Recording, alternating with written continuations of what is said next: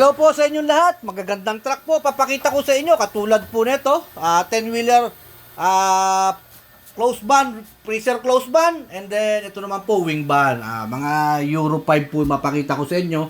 Euro 5. And then sila sir, kasama ko nakaraan ito. Last week ko pang video po ito napa-video lang sila sir Ayan pa po, mga 10-wheeler na wing van na 6 UC1 Euro 5, ito po yung mga modelo ngayon mga bumper light Yung tinatawag na bumper light. Ayan, ito naman tractor head bumper light din.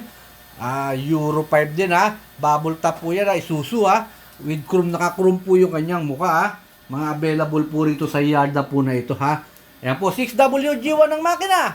Ayan po, napakagandang truck. Kita nyo naman, sobrang ganda. Yung dalawa po na yan, yung tatlo po na yan, 6UC1 po ang makina po niya, yung tatlo na yan. Mga bumper light, ayan mga 10 stud.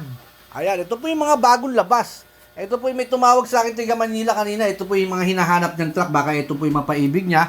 At siyempre, meron din tayong Euro 4 na ipapakita. Freezer ba naman po ito na 10-wheeler na bumper light. Kaya po tinawag na bumper light yung ilaw po niya sa bumper. Ayan Kaya kaya tinawag na bumper light. Ayan, kita nyo naman 10 stud din po ito na freezer van with sub-engine. Mabilisang video lang muna po tayo Ito po yung sub-engine niya.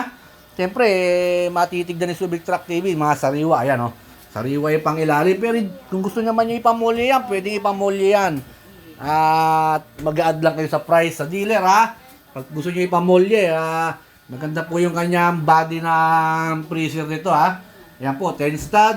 Siyempre, kung freezer van, may papakita rin ako sa inyo na wing van. Ito po ito napakinis po ng kanyang body. Ayan po yung freezer sa ibabaw Ayan, napakagandang truck Pag nakita nyo ng personal, mapapawaw po kayo with AdBlue with AdBlue dalawa po yung kanyang fuel tank. Ayan ito naman po yung wing van wing van with windbreaker, bumper light din, and then 10 stud din po yan Ayan po, aluminum po yung kanyang aluminum body Ayan po, 10 stud na 6UC1 10-wheeler wing van, and then Euro 4 mga Euro 4 po itong mga papakita natin Ngayon kanina po Euro 5 yun May mga AdBlue po itong mga ito Tignan natin yung kanyang pangilalim.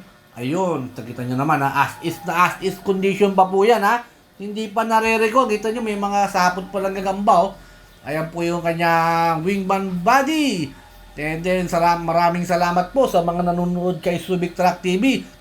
And then mag-iiwan po ako ng cellphone number dyan sa ibabaw. Sa mga may katanungan po sa akin, mas maganda po yung tawag-tawag na lang po kayo sa akin with AdBlue and then fuel tank dalawa. Ayan po inuulit ko po tawag-tawag na lang po kayo sa akin sa mga gusto pong magpa-guide at magpatulong po sa akin makahanap ng mga gandang unit dito po sa Subic Marami na po tayo natutulungan. Sana po kayo naman ang matulungan ko ng mga taga Mindanao dyan. Hi sa taga Mindanao, at kayo po ang mga number 1 kong mga taga-suporta.